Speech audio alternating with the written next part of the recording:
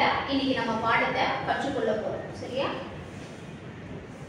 நுழையும் முன் பாடத்துக்கு போறதுக்கு முன்னாடி நுழையும் முன்ல இருக்கக்கூடிய கருத்துக்கள் என்னென்ன அப்படின்றத முதல்ல நம்ம தெரிஞ்சுக்கலாம். மொழி வளரும் தன்மை உடையது. மொழிக்கு வளர்ந்து கொண்டே இருக்கக்கூடிய தன்மை இருக்கு அப்படின்னு சொல்றாங்க. ஒவ்வொரு மொழியிலும் காலந்தோறும் புதிதாக இலக்கியங்கள் தோன்றுவது போலவே புதிய சொற்களும் தோன்றுகின்றன. மொழியில ஒவ்வொரு காலத்திலும் ஒவ்வொரு இலக்கியங்கள் தோன்றிக்கிட்டே இருக்கு இல்லையா? அதே மாதிரி மொழியில இருக்கக்கூடிய சொற்களும் புதிதாக தோன்றிக்கொண்டே இருக்கு. அடுத்ததா, ஒரு அடிச்சொல்லில் இருந்து பல சொற்கள் கிளைத்து பெருகுவது மொழி வளர்ச்சியின் அடையாளம் ஆகும். ஒரு அடிச்சொல் சாதாரணமா இருக்கக்கூடிய ஒரு சொல்லிலிருந்து பல புதிய சொற்கள் உருவாகிக்கிட்டே இருக்கு. இது எதனால, இதை எதை குறிக்குது அப்படின்னா, ஒரு மொழியுடைய வளர்ச்சிக்கு அடையாளமே எதுன்னு கேட்டீங்கன்னா புதிய சொற்களை கண்டுபிடிச்சு சொல்லிக்கிட்டே இருக்கிறது தான் மொழியுடைய வளர்ச்சிக்கு அடையாளம். தமிழில் உள்ள ஓரெழுத்து ஒருமொழிகள் பற்றியும் அவற்றிலிருந்து தோன்றி வளரும் புதிய சொற்கள் பற்றியும் அறிவோம். நம்ம இந்த பாடத்துல என்ன தெரிஞ்சுக்க போறோம்னா, தமிழ்ல ஏராளமான சொற்கள் இருக்கு அப்படின்னு நமக்கு தெரியும். இப்ப நம்மளுடைய தலைப்பே என்னது? சொற்பூங்கா அப்படின்னு பார்த்தோம் இல்லையா? பூங்கான்னா என்னது? பூங்கான்னா பூக்களால நிறைந்திருக்கக்கூடிய இடம். அந்த இடத்துக்கு போனோம்னா நம்மளுடைய மனது ரொம்ப மகிழ்ச்சியா இன்பமா இருக்கும் இல்ல? அதே மாதிரி தமிழ் இன்பம் தரக்கூடிய ஒரு மொழி. அந்த மொழியில ஏராளமான சொற்கள் இருக்கு. அது நமக்கு மனதுக்கு இன்பம் தரக்கூடிய மொழி. அதுல ஓரெழுத்து ஒரு மொழி அப்படின்றதான் இந்த பாடத்துல நம்ம தெரிஞ்சுக்க போறோம். அது என்ன ஓரெழுத்து ஒரு மொழி, அதுல என்னென்ன பொருள் கொடுக்குது, யாரெல்லாமே அதை பத்தி சொல்லியிருக்காங்க அப்படின்றத பத்தி நம்ம தெரிஞ்சுக்க போறோம். சரியா?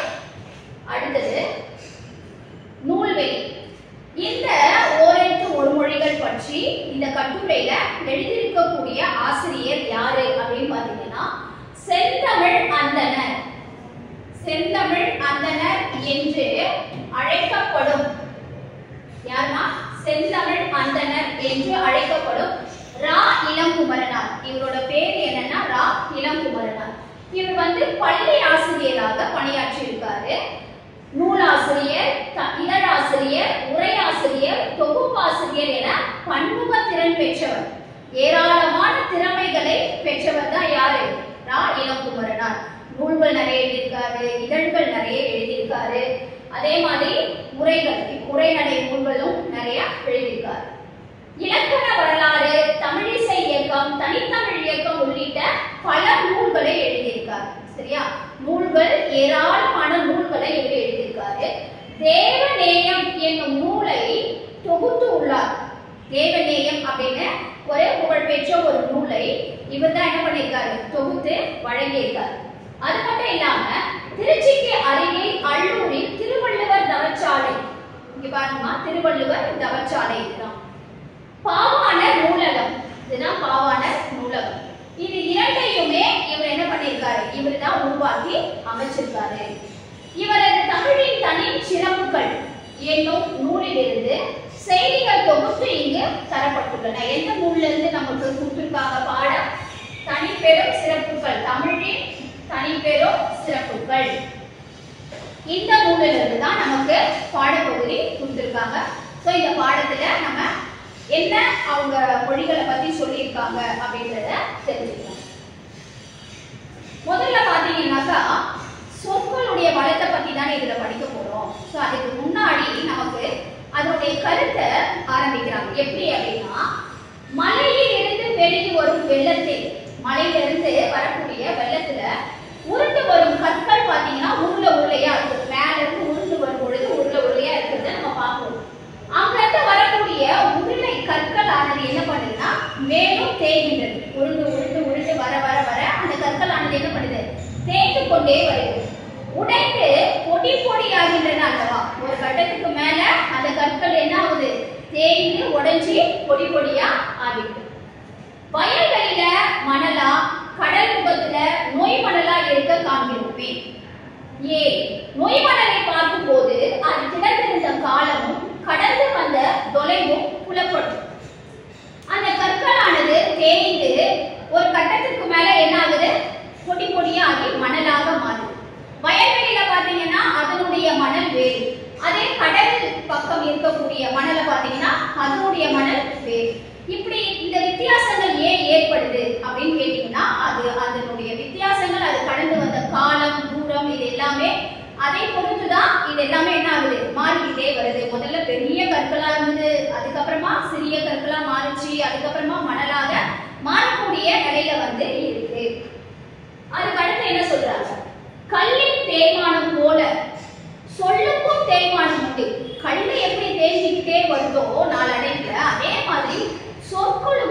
தேய்மானம் இருக்கு அப்படின்றத சொல்றாங்க. கல் தோன்றிய காலம், உயிரோட்ட இயக்கம் இவற்றை போல கல்லு தோன்றிய காலம் அதனுடைய இயக்கம் நாளடைவில் மாறிக்கிட்டே வருது இல்லையா, அதனுடைய இயக்கம். சொல் தோன்றிய காலம் அதனுடைய இயக்கம். அதே போல தமிழ் மொழி தோன்றிய காலத்துல சொற்கள் பேச ஆரம்பிச்சாங்கல்ல, அந்த சொல் தோன்றிய காலம் இயக்கம் ஆகியவற்றால் சொல்லுதல் தேய்தல் இயற்கை. சொற்கள் தேய்வது இயற்கை அப்படின்னு சொல்லி சொல்றாங்க. புரியுதாமா? அடுத்தது என்ன சொல்றாங்க அப்படின்னா, நம்மளுடைய தமிழ் மொழியுடைய ஒரு சிறப்பை பத்தி இதுல அவரு குறிப்பிட்டார். என்ன சொல்றாரு? தமிழ் மொழி பழங்காலம் தொட்டு இயங்கி வருதல் அதனுடைய பெரும் சிறப்பு. பழங்காலம் முதல் பழமையான மொழி தமிழ் மொழி அப்படின்றது நமக்கு தெரியும். அப்போதுல இருந்து இப்ப வரைக்குமே இயங்கிக்கிட்டே வர்றது, பழங்காலம் தொட்டு இயங்கிக்கிட்டே வர்றது தமிழ் மொழியுடைய சிறப்பு. தொன்மையான மொழிகள் பல ஏற்றளவில் மட்டுமே இருக்க காண்கிறோம். நிறைய மொழிகள் பார்த்தீங்கன்னா ஏற்றளவில் மட்டும்தான் இருக்கு. வேறு சில மொழிகளில் ஒரு நூற்றாண்டு 2 நூற்றாண்டுக்கு முற்பட்ட நூல்களை படிக்க முடியாத நிலையில் இருப்பதையும் காண்கிறோம். மற்ற வேறு மொழிகள்ல பாத்தீங்கன்னா ஒரு நூற்றாண்டு இல்லைன்னா 2 நூற்றாண்டு இதுக்கு முன்னாடி இருக்கக்கூடிய நூல்களையே படிக்க முடியாத நிலை இருக்கிறத நம்ம என்ன பண்றோம், பார்த்துக்கிட்டு இருக்கோம். ஆனால் தமிழறிந்த தமிழ் பற்றுள்ள தமிழர் யாரும் கற்க முடியாது என்னும் சொல்லும் ஒரு நூல் கூட தமிழ்ல இல்ல. தமிழ் மொழியில இருக்கக்கூடிய நூல்களை படிக்க முடியாது, அது ரொம்ப கஷ்டம் அப்படின்னு சொல்லக்கூடிய ஒரு நூல் கூட இல்ல அப்படின்னு சொல்றாங்க. இந்த பேரு எதனால வந்தது? தமிழ் மொழி செந்தமிழாகவும் செழுந்தமிழாகவும் உயிரோட்ட தமிழாகவும் இருந்து வருவதாலேயே ஆகும். இந்த நிலைமை ஏன் வந்தது? நம்மளுடைய தமிழ் மொழிக்கு எப்பவுமே தமிழ் மொழியானது செழுந்தமிழா இருக்கும், செம்மையான மொழியா இருக்கும். ஒரு குறைவும் இல்லாத அளவுக்கு எத்தனை காலங்கள் மாறினாலும் தமிழ் மொழியுடைய சிறப்பு மாறாமல் அப்படியே உயிரோட்ட இயக்கத்துடன் இருக்கிறது தான் இந்த மாதிரியான ஒரு பெரும் சிறப்பு தமிழ் மொழிக்கு இருக்கு அப்படின்றத நமக்கு எடுத்து சொல்றாங்க. அடுத்தது இந்த ஓரெழுத்து ஒரு மொழி அப்படிங்கறத தான் நம்ம படிக்க போறோம் இல்ல. இதுல முக்கியமா நம்ம படிக்க போறது அதுல இவர் தொல்காப்பியர் சில அரிய கருத்துக்களை நமக்கு சொல்லியிருக்காரு. என்னென்ன சொல்லியிருக்காரு அப்படின்றத பார்க்கலாம். தமிழில் சொல் என்பதற்கு நெல் என்பது ஒரு பொருள். சொல்லு அப்படின்னு சொன்னா தமிழ்ல நெல் அப்படின்றது ஒரு பொருள் இருக்கு. சொன்றி சோறு என்பவை அந்த வழியில் வந்தவை. அந்த சொல்லு அப்படின்ற இதுல இருந்துதான் நெல் அப்படின்ற பொருள் வந்தது. அதுல இருந்துதான் சொன்றி, அதுக்கப்புறம் நாளடைவில் சோறு அப்படின்ற மாதிரி பொருட்கள் நிறைய மாறிக்கிட்டே வந்தது சொல்லுக்கு. நெல்லில் பதம் உண்டு, ஆனால் சொல்லில் பதம் இருத்தல் ஆகாது. நெல்லுல கூட பதம் இருக்குமா? பதம்னா என்னது? வீணா போகக்கூடியது இருக்கும். நெல்லுல பதம் இருக்கும், ஆனா சொல்லுல எப்பவுமே பதம் இருக்காது. இது வீணான சொல் அப்படின்ற மாதிரி சொல்லுக்கு இருக்காது அப்படின்னு சொல்றாங்க. எல்லா சொல்லும் பொருள் குறித்தனவே என்பது தொல்காப்பியருடைய கூற்று. யாரோட கூற்று? தொல்காப்பியர் கூற்று. இது ரொம்ப முக்கியமான கேள்வி, அதை நீங்க மார்க் பண்ணி வச்சுக்கணும். எல்லா சொல்லும் பொருள் குறித்தனவே என்று கூறியது யாருன்னு கேட்டா தொல்காப்பியர். ஒரு சொல்லுக்கு கூட தமிழ் மொழியில பொருள் இல்லை அப்படின்னு சொல்லவே முடியாது. எல்லா சொல்லுக்கும் பொருள் இருக்கு. மொழி என்பதற்கு சொல் என்பது ஒரு பொருள். மொழிக்கும் என்ன சொல்லி பேராமா? சொல். மொழிக்கு சொல் அப்படின்றது ஒரு பொருள் இருக்கு. அந்த மொழிய 3 வகையா பிரிக்கிறாங்க. என்னென்ன வகையா பிரிக்கிறாங்கன்னா, ஒரு எழுத்து ஒரு மொழி, ஈரெழுத்து ஒரு மொழி, அதுக்கும் மேற்பட்ட எழுத்துக்கள் அப்படின்ற மாதிரி 3 வகையா பிரிக்கிறாங்க. அதுல நாம படிக்க போறது ஓரெழுத்து ஒரு மொழி. ஓரெழுத்து ஒரு மொழி அப்படின்னா என்ன அப்படின்னா, முக்கியமானது நெட்டெழுத்து 7 ஓரெழுத்து ஒரு மொழி என்பார் தொல்காப்பியர். நெட்டெழுத்து அப்படின்னா என்ன? எந்த எழுத்துக்களை நெட்டெழுத்துன்னு சொல்லுவோம்? நெடில் எழுத்துக்களை தான் நம்ம என்னன்னு சொல்லுவோம்? நெட்டெழுத்துன்னு சொல்லுவோம் இல்லையா? குற்றெழுத்து ஒன்று தனித்து நின்று சொல்லாவது இல்லை என்பதை குற்றெழுத்து 5 மொழி நிறைவு இலவே என்பார் தொல்காப்பியர். குற்றெழுத்துனா என்னது? குறிலெழுத்து. குறிலெழுத்துக்கள் எல்லாமே எது இல்லையா? தனித்து நின்று சொல்லாவதில்லை. ஒரு எழுத்து ஒரு மொழியில குறில் எழுத்துக்கள் தனித்து நின்று பொருள் தருவது இல்லை. ஆனா நெடில் எழுத்துக்கள் 7மே தனித்து நின்று பொருள் தரக்கூடிய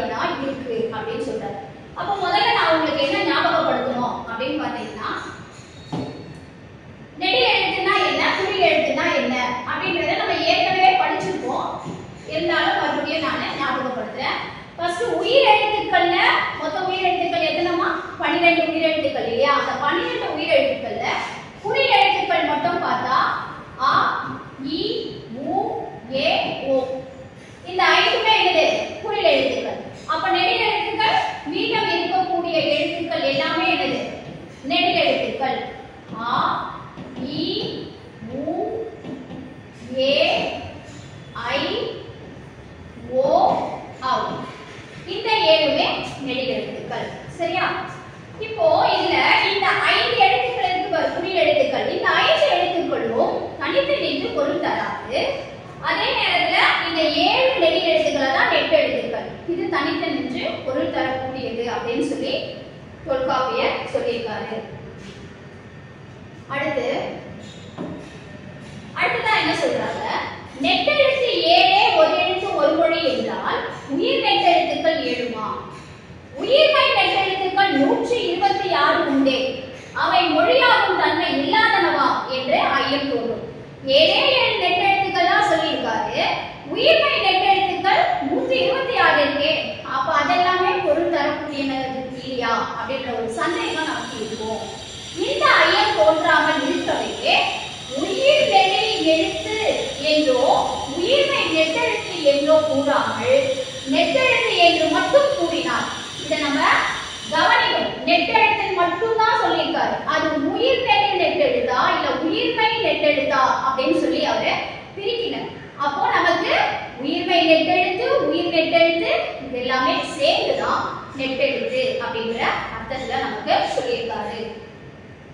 அதுக்கு அடுத்தது இப்போ எதெல்லாமே நமக்கு ஓரெழுத்து ஒரு மொழி அப்படின்னு சொல்லியிருக்காங்க. என்ன சொல்லியிருக்காங்க? ஓரெழுத்து ஒரு மொழி சொற்கள். இதுதான் நம்மளுடைய பாடத்துல நம்ம படிக்கக்கூடிய முக்கியமான கருத்து. உயிர் வரிசையில 6 எழுத்துக்களும் மா வரிசையில 6 எழுத்துக்களும் ஒவ்வொரு வரிசைகள் கொடுத்திருக்காங்கம்மா. அந்த வரிசைகள் இருக்கக்கூடிய எழுத்துக்கள் மட்டும்தான் ஒரு எழுத்து ஒரு மொழி சொற்கள் கொடுத்திருக்காங்க. உயிர் எழுத்து இதுல ஆ இ உ ஏ ஐ ஓ இந்த எழுத்துக்கள். மகர வரிசையில மா மீ மூ மே மை மோ. தகர வரிசையில தா தி து தே தை. இது ரொம்ப முக்கியமானது. இந்த பாக்ஸ் நீங்க ஹைலைட் பண்ணி வச்சுக்கோங்க. பகர வரிசையில தா பூ பே பை போ. நகர வரிசையில நா நீ நே நை நோ. தகர வரிசையில கா பூ கை கோ. சகர வரிசையில சா சி சே சோ. வகர வரிசையில வா வி வை வௌ. யகர வரிசையில யா. குறில் எழுத்து நோ தா. சரியா? இது வரைக்கும் பாத்தீங்கன்னா 40 எழுத்துக்கள். நெட் எழுத்துக்கள் 40 எழுத்துக்கள். சரியா? குறில் எழுத்து மட்டும் ரெண்டே 2 எழுத்து மட்டும் சொல்லியிருக்காரு. ரெண்டே 2 எழுத்து மட்டும் குறில் எழுத்துல 2 எழுத்தை மட்டும் ஆட் பண்ணிருக்காரு, சேர்த்திருக்காரு. யாருன்னா நன்னூலார். சரியா? தொல்காப்பியர் 40 எழுத்துக்கள் தான் சொன்னாரு. நன்னூலார் ரெண்டே 2 குறில் எழுத்துக்கள் மட்டும் பொருள் தரக்கூடியதா இருக்கு அப்படின்னு சொல்லி 2 எழுத்து மட்டும் சேர்த்திருக்காரு. அப்போ பிளஸ் 2 42. மொத்தம் எத்தனை எழுத்துமா? 42 ஓரெழுத்து ஒரு மொழி சொற்கள் நம்மளுடைய தமிழ் மொழியில இருக்கு. ஒவ்வொரு லெட்டருக்கும் ஒவ்வொரு எழுத்துக்களுக்கும் ஒரு பொருள் இருக்கு. இப்போ பூ அப்படின்னா மலர், தீ அப்படின்னா நெருப்பு. புரியுதா? இப்படி ஒரே ஒரு எழுத்துக்கு பொருட்கள் தரக்கூடியனவா இருக்கு அப்படின்றத சொல்றாங்க. அடுத்ததா பாத்தீங்கன்னா நமக்கு ஒரு எழுத்து ஒரு மொழி சொற்கள் சொல்லிட்டாங்க. இந்த ஒரு எழுத்து ஒரு மொழி சொற்கள் ஒரு எழுத்துல இருந்து எப்படி ஒரு புதிய புதிய சொற்கள் உருவாகுது அப்படின்றத நமக்கு விளக்கமா சொல்றாங்க. எப்படி சொல்றாங்க? தொல்காப்பியருக்கு நெடுநாள் பின்னே தோன்றிய நன்னூலார். நான் சொன்னேன் இல்லையா, குறில் எழுத்து 2 மட்டும் இந்த லோ பூ இந்த 2 எழுத்துக்களை மட்டும் என்ன பண்ணலாம், நம்ம சேர்த்துக்கலாம் அப்படின்னு சொல்லி சேர்த்துருக்காரு. எந்தெந்த ஒரு எழுத்து சொற்களை நாம் பயன்படுத்துகிறோம் என்பதை நாம இப்ப பார்க்கலாம். எப்படி? பூ என்பது ஒரு எழுத்து ஒரு மொழி இல்லையா? பூ அப்படின்றது என்னமா? ஒரு எழுத்து ஒரு மொழி. பூ அப்படின்னா மலர் அப்படின்னா சொன்னேன். அதுக்கு அடுத்தது பூக்கு அடுத்தது கா என்பது ஒரு எழுத்து ஒரு மொழி. கானா என்னது? சோலை. கானா சோலை. இப்போ இந்த பூவும் காவும் சேர்ந்து ஒரு எழுத்து ஒரு சொல் ஒன்று உருவாகும். இது பூவு. சரியா? இது கா. இது 2 எழுத்தும் சேர்ந்து ஒரு வார்த்தை ஒன்று உருவாகுது. என்ன வார்த்தை? பூங்கா அப்படின்னு சொல்லி ஒரு சொல்லு உருவாகுது. இப்படிதான் ஒரு எழுத்துல இருக்கு. இருந்து புதிய புதிய சொற்கள் நம்மளுடைய தமிழ் மொழியில உருவாகி கொண்டே வந்திருக்கு. யா என்பது வினா. யா அப்படிங்கிறது ஒரு வினா எழுத்து. இதுல இருந்தா யாது, யாவர், யாவன், யாவல், யாங்கு, யாண்டு, யார், யாவை, இப்படி இந்த ஒரு எழுத்துல இருந்து என்னது பல சொற்கள் உருவாகி இருக்கு. ஆ, மா, நீ, மீ, இங்க ஒரு சில எழுத்துக்களை கொடுத்திருக்காங்க. ஒரு எழுத்து ஒரு மொழி சொற்களை கொடுத்திருக்காங்க. இப்போ பூங்கா எப்படி இணைந்ததோ அதே மாதிரி இந்த ஆ, மா இந்த ரெண்டு எழுத்துக்களும் சேர்ந்து ஆமா என்று என்ன பண்ணிருக்கு எழுத்துக்கள் உருவாகி இருக்கு. சரியா? மா என்பது ஓர் எழுத்து ஒரு மொழிகள்ல ஒன்று. நாட்டில் உள்ள பெருமக்கள் பெரிதும் கூடும் அவையை மா அப்படின்றது ஒரு எழுத்து. இந்த ஒரு எழுத்துல இருந்து மாநாடு அப்படின்ற சொல்லு உருவாகிருக்கு. மாநிலம் என்ற சொல்லு உருவாகிருக்கு. மாஞாலம், மாஞாலம்னா என்னது உலகம். மா பெரிய உலகம். மானா பெரிய. சரியா? இவ்வாறெல்லாம் இயல்பாக மா என்னும் ஓரெழுத்து ஒரு மொழி மக்கள் வழக்கிலோ இலக்கிய வழக்கிலோ திகழ்கின்றது. மான்ற ஒரே ஒரு சொல்லு நிறைய இடங்கள்ல நம்ம பயன்படுத்துறத நம்ம பார்க்கிறோம். புரியுதாமா? இப்படிதான் ஒரு எழுத்து சொற்கள், ஒரு எழுத்து ஒரு மொழி சொற்கள் பல சொற்களாக உருவாகிருக்கு. அடுத்ததா ஈ என்னும் பொது பெயர் ஓயாது ஒலி செய்யும் ஒலி குறிப்பை காட்டி நிற்கிறது. ஈ அப்படின்ற ஒரு சொல்லு மாட்டி, தேனி என பகுத்து வழங்கும் வழக்கம் இருந்துகிட்டே இருக்கு. ஈ என்பது ஈக என்னும் பொருளை வழங்குதல் வெளிப்படை. ஈ என்று பல்லை காட்டாதே என்று அறிவுரை கூறுவதும் உண்டு. அந்த ஈ என்ற ஒரு சொல்ல ஈ அப்படின்னு சொல்லி பல்ல காட்டாத அப்படின்னு சொல்லி நமக்கு அறிவுரை சொல்லுவாங்க இல்லையா? சோ இந்த ஈ என்ற அந்த ஒரு சொல்லில இருந்து எப்படி சொற்கள் உருவாகுது. ஓ, வா, நீ, சு, ச, சை, சோ என்பவை எல்லாம் இக்காலத்தில் அனைவரும் வழங்கும் சொற்களே. வா, இங்க வா அப்படின்னு கூப்பிடுவோம். நீ, சு, ச அப்படின்ற மாதிரி ஒரு எழுத்துதான். அது எல்லாமே அதை நம்மளுடைய நடைமுறை வாழ்க்கையில நம்ம பயன்படுத்திருக்கோம் இல்லையா? அதுதான் நமக்கு இந்த எழுத்து காட்டுறாங்க. நல்லுள்ளார் போட்ட பட்டியலில் உள்ளவை பற்றி கருதாமல் ஒவ்வொருவரும் எண்ணி பார்த்தால் சில விளக்கங்கள் கிட்டும். அதான் நன்னூலார் இந்த விளக்கத்தை படிச்சு பார்த்தோம்னா இந்த மாதிரி எழுத்துக்கள் எல்லாமே நம்ம பயன்படுத்துறோமே அப்படின்னு நம்ம கொஞ்சம் யோசிச்சு பார்ப்போம். நன்னூலார் கூறிய சில ஓரெழுத்து ஒரு மொழிகள் என்ற வழக்கில் இல்லாதவை என்றும் வழக்கில் உள்ள சில ஓரெழுத்து ஒரு மொழிகள் நன்னூலார் கூறிய பட்டியலில் இல்லாதவை என்றும் ஏற்படும். சில லெட்டர்ஸ் நம்ம சில எழுத்துக்கள் ஒரு எழுத்து ஒரு மொழி சொற்கள் நம்ம பயன்படுத்துறது சிலது அவர் சொன்ன பட்டியலில் இல்லாம இருக்கலாம். சில நிறைய எழுத்துக்கள் அவருடைய பட்டியலில் இருக்கலாம். இப்படி நமக்கே தெரியாத அளவுக்கெல்லாம் நம்ம என்ன பண்றோம் சொற்களை நம்ம பயன்படுத்துறோம். அதனுடைய பொருள் இதுல தெளிவா நமக்கு விளங்கும். அடுத்தது எட்டத்தை போகிற ஒருவனை ஏ என அழைத்தனர். சரியா? ஏ கொஞ்சம் தூரத்துல போறாலமா அவனை ஏ அப்படின்னு சொல்லி அழைச்சோம். ஏ என்பது ஏ அப்படின்னா என்ன பொருள்? ஏ அப்படின்னா என்ன? ஏ என்பது என்னோட கூடு, என்னோட சேரு, என்னோட பொருந்தி வாழு அப்படின்ற அர்த்தம் கூப்பிடுறது நம்ம கிட்ட. சேர் என்ற பொருளை உடை. ஏ என்பது ஏ என வழக்கில் முன்னிட்டது. ஏ அப்படின்னு சொல்லிட்டு ஏ அப்படின்ற மாதிரி அந்த இந்தியோட அந்த எழுத்து என்ன ஆயிடுச்சு அப்படியே வந்துடுச்சு. அம்பை ஏவு என்பர் ஏவுதல் என்பது அம்பு விடுதல். அம்ப ஏவுறோம் இல்லையா? அதுதான் ஏவுதல் அப்படின்ற பொருள். அம்பு விரைந்து செல்வது போல சென்று உரிய கடமையை புரிபவன் ஏவலன் எனப்பட்டான். அந்த ஏ என்ற ஒரு சொல் ஒரு எழுத்து எப்படி புதிய சொற்கள்ல சேருது அப்படின்றத நமக்கு சொல்றாங்க.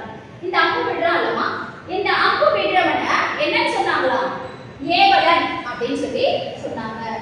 அம்பு விடும் கலையை ஏகலை, அம்பு விடுறாங்கல்ல அந்த கலையை ஏகலை அப்படின்னு சொன்னாங்க. அதில் வல்லவனை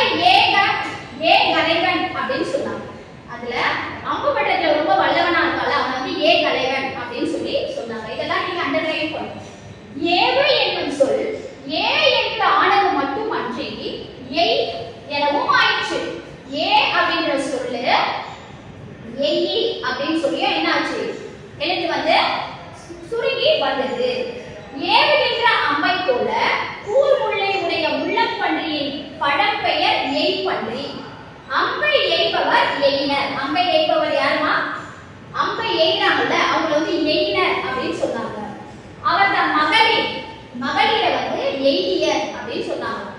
சங்க புலவர்களுள் எய்தினாரும் உளர், எய்தியாரும் உளர். அதாவது அம்பு எழுத்தத்துல பல்லவர்களை தான் என்னன்னு சொன்னாங்க, எய்தியர் சொன்னாங்க, எய்தினர் சொன்னாங்க இல்லையா. சங்க புலவர்கள்ல கூட இந்த மாதிரி எய்தினாரோ எய்தியாரோ இருந்திருக்காங்க அப்படின்னு சொல்றாங்க. ஸோ ஏ அப்படிங்கிற ஓரெழுத்து ஒரு மொழி எப்படி பல சொற்கள்ல சேர்ந்து பொருள் குறித்தனவா மாறி இருக்கு அப்படின்றத இதுல நமக்கு விளக்கி சொல்லியிருக்காங்க. சரியா?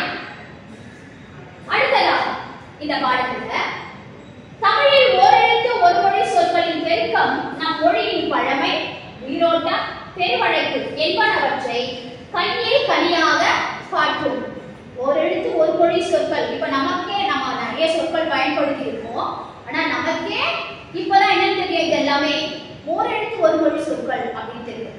சோ தமிழ்ல இப்படிப்பட்ட எழுத்துக்கள் இருக்கிறது ரொம்ப வியத்தக்க ஒரு விஷயம்னு சொல்றாங்க. இத்தகைய தமிழ் மொழியின் சொற்களை மொழிப்பற்றை மீட்டெடுத்ததே வழிகாட்டிகளுக்கு முதல் கடமையா நிற்கிறது. இப்படிப்பட்ட சொற்களை மொழிப்பற்றை மீட்டெடுத்ததே தமிழ் மொழிக்கு வழிகாட்டுறதுக்கு துணையா இருக்கு. மொழிப்பற்றுள்ள ஒருவனே மொழியை வளர்ப்பான். தமிழ் மொழி மேல பற்று இருக்கிறவனால மட்டும்தான், எந்த மொழியா இருக்கட்டும், மொழி மேல ஒரு பற்று இருந்தா மட்டும்தான் அந்த மொழியை நம்மளால என்ன பண்ண முடியும், வளர்க்க முடியும். அதன் இனத்தை பண்பாட்டை காப்பான்.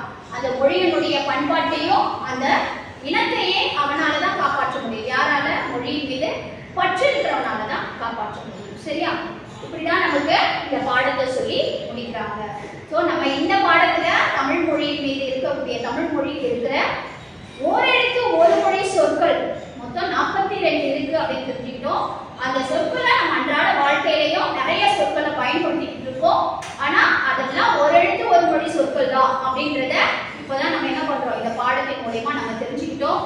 இன்னும் நம்மளுடைய தமிழ் சொற்களை நம்மளுடைய வாழ்க்கையில நம்ம அதிகமா பயன்படுத்தும் பொழுது நம்மளுடைய மொழியானது என்ன ஆகும், வளர்ச்சி அடைஞ்சுக்கிட்டே இருக்கும்.